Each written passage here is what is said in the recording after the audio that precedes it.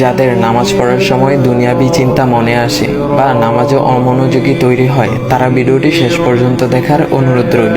হযরত আলী রাদিয়াল্লাহু তাআলা আনহুর কাছে একজন ব্যক্তি এসেছে। তখন লোকটা বলল, হুজুর, আমার নামাজে মন বসে না। নামাজে দাঁড়ালে আমার দুনিয়াবি নানা চিন্তা আসে। হুজুর, আমার এই নামাজ কি আল্লাহ তাআলা কবুল করবেন? তখন হযরত আলী রাদিয়াল্লাহু তাআলা আনহা বলেছেন, না, তোমার নামাজ কবুল হবে না।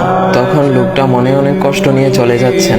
এমন সময় রাসূল সাল্লাল্লাহু আলাইহি ওয়াসাল্লাম এসে হযরত আলী রাদিয়াল্লাহু তাআলা আনহুকে জিজ্ঞাসা করলেন, ইয়া আলী, আপনার কাছে লোকটা কেন এসেছিল?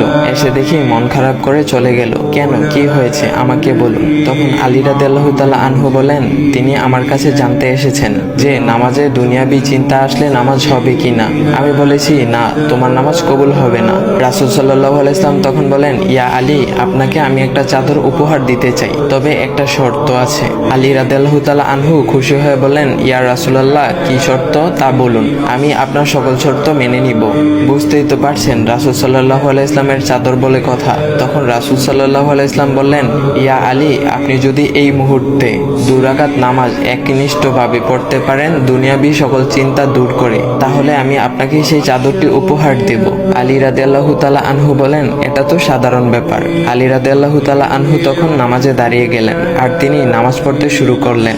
এমন সময় তার মনের মধ্যে শুধু ভাবনা চিন্তা আসতে শুরু করলো, আচ্ছা, আমাকে যে রাসূল সাল্লাল্লাহু আলাইহি ওয়াসাল্লাম যে চাদরটা দিবেন, সেটা কি ফাতিমার চাদর নাকি রাসূল সাল্লাল্লাহু আলাইহি ওয়াসাল্লামের? আচ্ছা, চাদরখানা দেখতে কেমন হবে? এই বিভিন্ন বিষয় নিয়ে ভাবতে লাগলেন। তিনি ভুলেই গেছেন যে দুনিয়াবি চিন্তা নামাজে আনতে রাসূল সাল্লাল্লাহু আলাইহি ওয়াসাল্লাম নিষেধ করেছেন। এর মধ্যে আলী রাদিয়াল্লাহু তাআলা আনহুর নামাজ পড়া শেষ। আলী রাদিয়াল্লাহু তাআলা নামাজ শেষ করে রাসূল সাল্লাল্লাহু আলাইহি ওয়াসাল্লামকে বলতেছেন, ইয়া রাসূলুল্লাহ, আমি আপনার শর্ত মেনেছি, এখন আমাকে চাদরখানা উপহার দেন। রাসূল সাল্লাল্লাহু আলাইহি ওয়াসাল্লাম বলেন, ইয়া আলী, আপনি কি একনিষ্ঠভাবে দুনিয়াবি চিন্তামুক্ত ছাড়া 2 রাকাত নামাজ পড়েছেন? তখন আলী রাদিয়াল্লাহু তাআলা আনহা মুচকি হেসে বললেন, না ইয়া রাসূলুল্লাহ, আমি আপনার চাদর নিয়ে অনেক কিছুই ভেবেছি। তখন রাসূল সাল্লাল্লাহু আলাইহি ওয়াসাল্লাম বলেন, ইয়া আলী, নামাজ তোমারও হয়েছে, আর তুমি যাকে নামাজ হবে না বলে ফতোয়া দিয়েছো, তার নামাজও আল্লাহ তাআলা কবুল করে নিয়েছেন। শোনো আলী, দুনিয়াবি চিন্তা দ্বারা নামাজ বাতিল হয় না। নামাজ মহান আল্লাহ তাআলা কবুল করে নেন। সকল ফরজ নিয়ম কানুন মেনে নামাজ পড়লে নামাজ হবে ইনশাল্লাহ। তবে আমাদের সকলের উচিত নামাজ আদায় করার সময় একমাত্র আল্লাহকে স্মরণ করে নামাজ আদায় করা।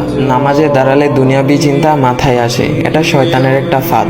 আল্লাহ তাআলা আমাদের সকলকে শয়তানের কুমন্ত্রণা থেকে হেফাজত রাখুক এবং সঠিকভাবে মনোযোগের সাথে নামাজ আদায় করার মতো তৌফিক দান করুক। সবাই বলি আমিন। চাইলে ভিডিওটা আপনি অন্যদের কাছে শেয়ার করতে পারেন, এতে অন্যদের ভুল ভ্রান্তিগুলো দূর হবে। তো গাইস, এমন ইসলামিক ভিডিও পাওয়ার জন্য ভাইয়ের আইডিটা ফলো করে দিয়ে যাও।